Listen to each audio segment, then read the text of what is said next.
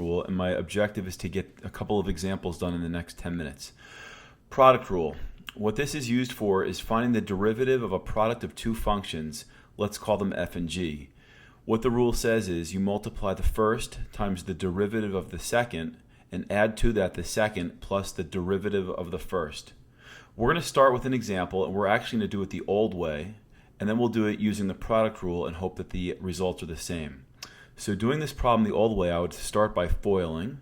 So we're going to say that y is equal to 15x, then outer would be 12x squared plus minus 10x squared and minus 8x cubed. Then we combine our like terms and we get negative 8x cubed plus 2x squared plus 15x. And what I'll do next is take the derivative of each term, getting me negative 24x squared plus 4x plus 15. Okay, we're going to hang on to this answer, and now we're going to do it a second way, hopefully yielding the same answer. So I'm going to use the product rule now, which is new for you, and I'm going to show you how I set it up. First, I make a little list, f, f prime, g, g prime. This is just a little way to keep my work organized. F refers to the first function, which would be this guy here. We'll call it f. And g would be for the second function, which I'm going to call g. So the first function is 3x minus 2x squared. Its derivative is 3 minus 4x. The g function is 5 plus 4x, and its derivative is 4. Now, using the product rule, the derivative is the first function, or 3x minus 2x squared, the first times the derivative of the second function, plus the second function, 5 plus 4x, times the derivative of the first function, which is 3 minus 4x. So just to reiterate, it's the first function times the derivative of the second plus the second times the derivative of the first. We're going to distribute, we're going to FOIL, combine like terms, and hopefully we get the same answer as we did for the first problem. So we end up getting 12x minus 8x squared plus 15 minus 20x plus 12x minus 16x squared. Y prime then equals, let's see what we have here. Combining like terms, we've got negative 24x squared. Then we've got 12x plus 12x is 24x minus 20 is going to be plus 4x. And then we've got this guy right here, plus 15. If we take that result that we just found and we compare it with the one that we did doing it the old way, we see that they're the same. Hopefully you're convinced that the product rule works, and we can take a look at another example. The second example has some trig involved, and we're going to move through it quickly. We're going to identify our first function f and our second function g, and we're going to set up our little chart, f, f prime, g, g prime. Again, this is a way of keeping it organized. The first function is x, its derivative is 1. Our second function is sine x, and the derivative of that is cosine x. So to find the derivative, it's going to be the first times the derivative of the second plus the second times the derivative of the first. Just cleaning that up, we end up getting x cosine x plus sine x. And that's it. That's all there is to it. All right. In our next example, it's a little bit complicated. We're going to use the product rule on the first term, but the second term is something we could have done on the last unit, so that's just going to be pretty basic. This is f, this is g. We'll do the product rule here, and then we'll differentiate using the old techniques for the second part. So let's set up f, f prime, g, g prime. First function is 2x, its derivative is 2. Second function is cosine x, its derivative is negative sine x. Using the product rule, we get the derivative is equal to the first function times the derivative of the second function plus the second function times the derivative of the first function. So this is the derivative of the first term. The second term, pretty easy. The derivative of sine is cosine. The constant in front is negative 2, which we'll keep. So it becomes negative 2 cosine x. Cleaning this up a little bit, we end up getting negative 2x sine x plus 2 cosine x minus 2 cosine x. These are opposites, they cancel out, and we're left with negative 2x sine x. That dot is supposed to go right there. Okay, next page. This is the quotient rule.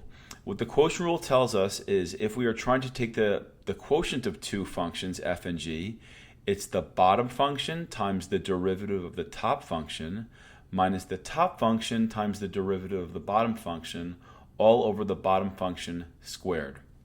Okay, so once again, we're going to make a little bit of a list. This guy is going to be our top function. This guy is the bottom function. So here we go. F prime, G prime. I'm just hoping I've left enough room here for the work. So our f function is 5x minus 2. Its derivative is 5. Our g function is x squared plus 1. Its derivative is 2x.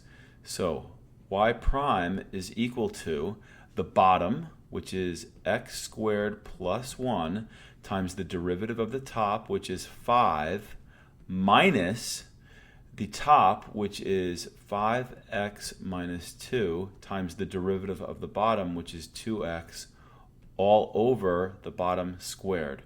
So it's going to be x squared plus 1 squared. Okay, so now we've got to do a little bit of algebra to clean up here. This is going to be 5x squared plus 5 minus 10x squared plus 4x all over the bottom squared, which would be x squared plus 1 squared. Almost done here. The denominator is not going to change. I'm just going to get that out of the way. X squared plus 1 squared. And then what we end up getting here is minus 5x squared plus 4x plus 5. And that's it. There is your derivative using the quotient rule.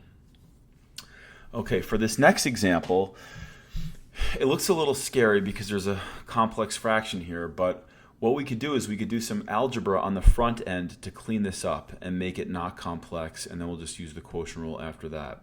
So what I'm going to do is I'm going to partition the whole thing off and multiply by a useful form of 1, which in this case will be x over x.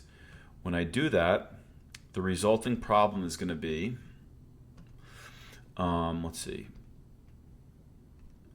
3x minus 1 over x squared plus 5x. And this is still a rewrite of the first original problem. I haven't taken any derivatives yet. Now that I'm ready to take a derivative and I have a quotient, I'm going to use the quotient rule. So I'm going to set up like I have before, be very consistent about it. F prime, G prime.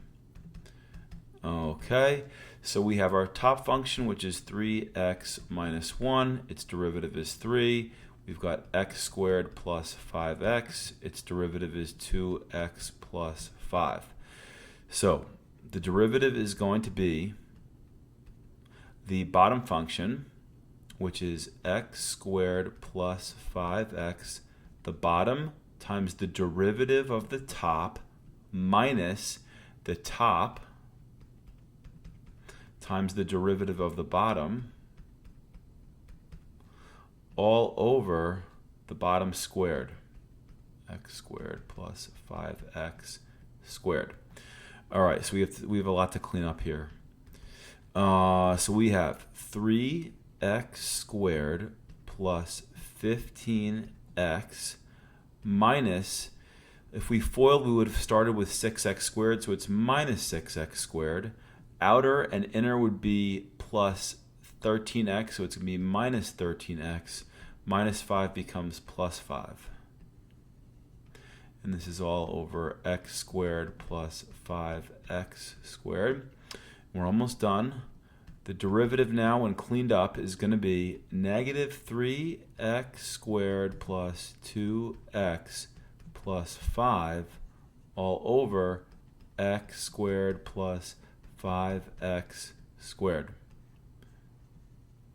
Look at that box. It's amazing. Okay, next. This is it. Quotient rule or general power rule. So the reason I'm putting these examples here is because sometimes when you have a quotient, you don't always need to use the quotient rule. As we've seen in the last two examples, it can be a little bit bulky and cumbersome, and the algebra gets annoying. None of the next four examples require the quotient rule, although when you look at them quickly, it looks like they might. So what I'm going to do is I'm going to rewrite this first one as 1/6 x squared plus 1/2 x. And then now I'm ready to take a derivative. So this is again equal to the original. The derivative is just general power rule. So this is going to be 1/3 x plus 1/2. Okay. I think I'm going to switch colors here because it's going to get a little cramped. This I'm just going to think of as 5/8 x to the 4th. So that wasn't really a big change. Now the derivative, again, just using the general power rule, is going to be 4 times 5/8 or 5/2 x cubed. Easy. No big deal. No quotient rule. Okay. Let's go to this one. This is going to be 9/5 x to the negative 2. That's my original. Now I'm ready to take the derivative. So the derivative is going to be, horrible equal sign, negative 18/5 x to the negative 3rd. You can't leave an answer with negative exponents, so we're going to say that the derivative is equal to negative 18 over 5x cubed. Okay, so just notice how I'm being pretty consistent with notating things. This is an original. I've changed it, but it's still the original, and now I found the derivative. It's very important to know the different expressions you write down, what they are. Are they the original? Are they the derivative? Later on, will they be the second derivative? Okay, for our last problem, we're going to do this guy here, which looks like a big quotient with some messy stuff up on the top. But really, I'm just going to distribute on the top, and I'm going to get negative 9x plus 6x squared over 7x, and that's the original. Now I'm going to do a many over 1 on the original. That's going to leave me with negative 9/7 plus 6/7 x. So it turned into something very simple, just linear, and now the derivative of that is going to be 6/7. So easy. So today we did the product rule and the quotient rule, fairly mechanical, a lot of algebra, and it requires a lot of practice to iron out some of those algebraic pitfalls. So good luck.